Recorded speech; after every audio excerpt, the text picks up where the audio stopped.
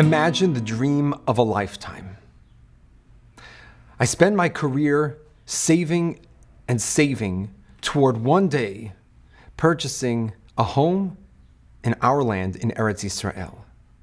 So here I come, I travel to Israel, I pick out an apartment. I have enough funds to purchase the apartment and to do major renovations because it's in bad shape. So I hire a contractor, and the contractor comes back with a list, a whole list of modifications that need to be done in this house to make it the dream home, our home in Eretz Yisrael. So the contractor says, look, some things need complete replacement. The boiler needs to be replaced. The carpeting needs to be ripped out. New tiles need to be put in the kitchen. A whole list of things, bottom up, need to be totally scrapped. And then he says, there are also certain things that they're not totally lost, but they really need work. For example, the water pressure in the shower. It's very poor. You need to go in there and clean out the pipes. It works, but it needs work. The kitchen tiles, some of them are shifting a little bit. They're there, but they need work. Well, I say to myself, well, look, I've saved my entire life. I'm investing so much in making this the beautiful home to live in, especially in Eretz Yisrael. So I'm going to go all out. I'm not just going to satisfy myself by saying, okay, we're going to fix the major issues, but the minor issues, we're just going to deal with that. If this is my chance to make a difference, to really set everything right, to start with this brand new home, I'm going to fix everything from top to bottom. I'm also going to make sure that the water pressure is good in the shower. I'm also going to make sure that the kitchen tiles aren't a little bit shaky.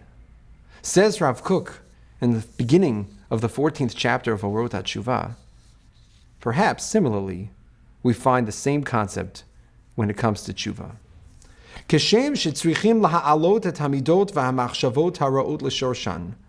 Just like we have to take the evil, the wrong, the bad traits that we have and return them l'shorsham, to their source. Because remember, within each of us, the source is pure, the source is good, the source is the light of Hashem.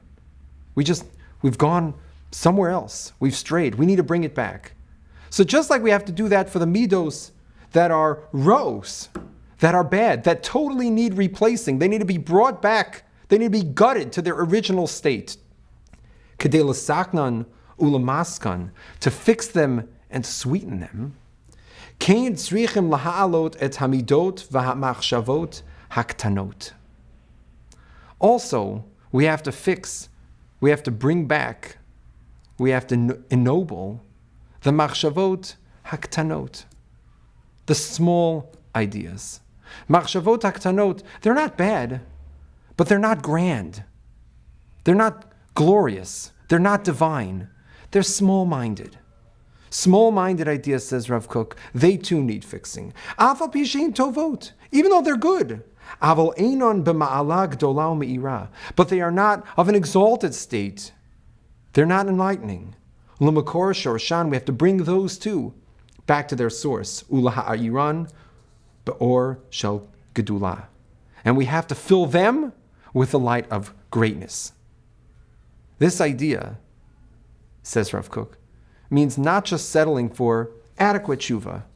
We'll just take care of the things that are really wrong. Says Rav Kook, we need to set the bar high. We need to be aspirational, not just to become mediocre.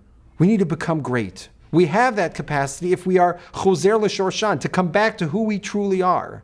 And by doing that, not only do we fix the things that are ra'ot, that are truly mistakes, we even can ennoble the things that are good, but can use that greater light, the light of greatness.